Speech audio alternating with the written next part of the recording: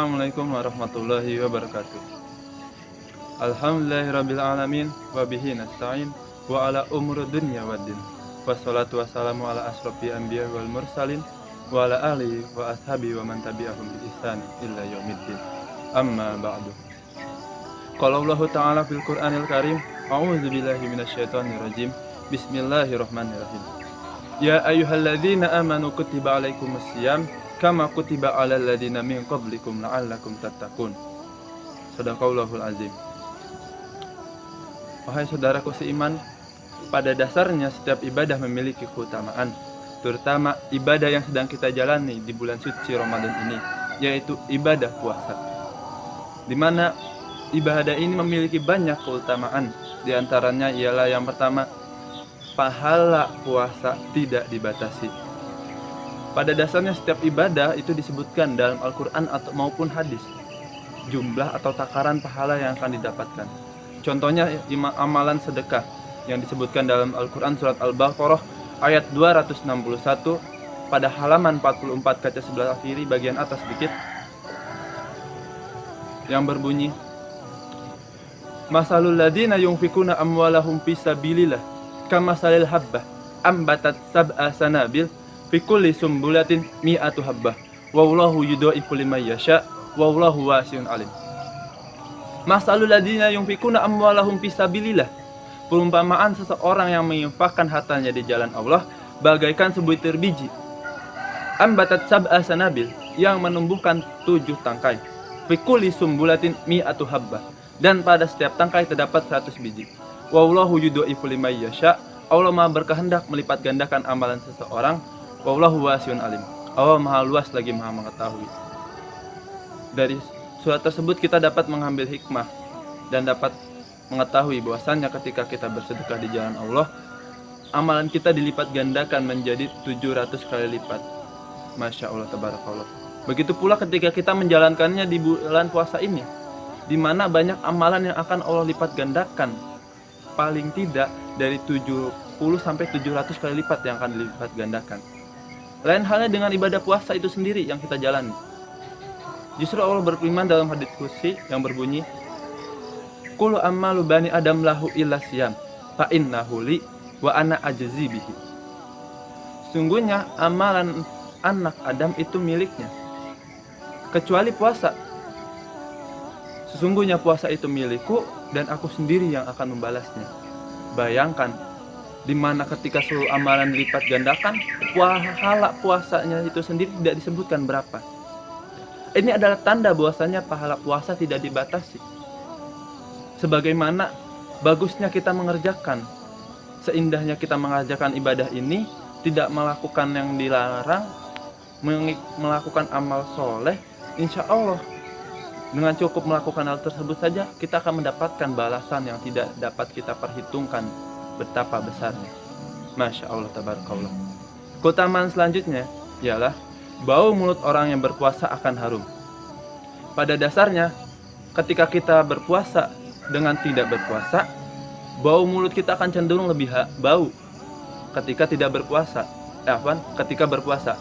Kenapa? Dibuktikan secara sains, ternyata yang menyebabkan bau mulut kita itu lebih bau daripada hari biasanya yaitu karena kita kekurangan cairan. Bayangkan di bulan puasa ini kita minum sahur, ketemu lagi maghrib. Betapa jarak senggang yang kita tidak menemukan air atau tubuh kita tidak minum. Lain halnya di pada hari biasa. Itulah yang menyebabkan bau mulut kita akan lebih bau dibandingkan hari biasanya.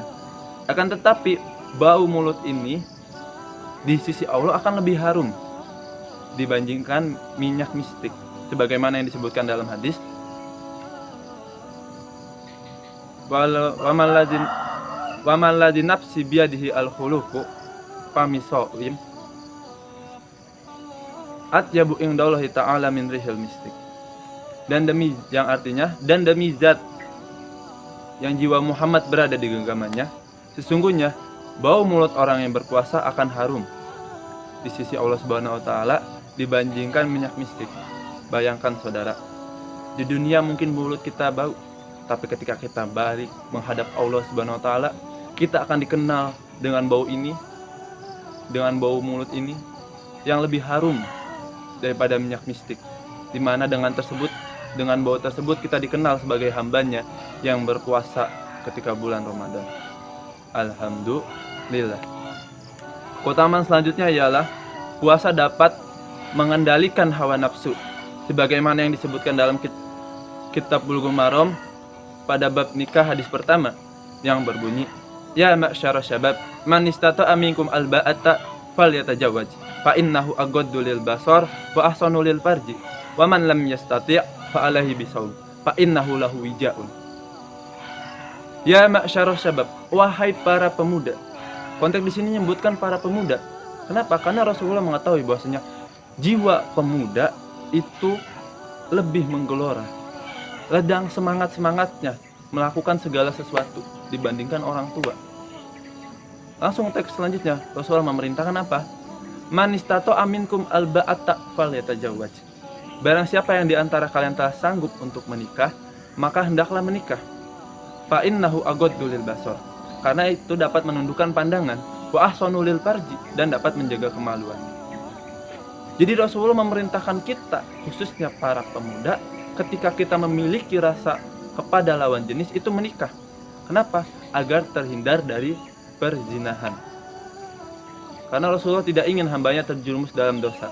Akan tetapi teks selanjutnya yang diperintahkan Rasulullah ialah waman lam yastati' fa alaihi bisawm. Barang siapa yang tidak sanggup, maka hendaklah ia berpuasa.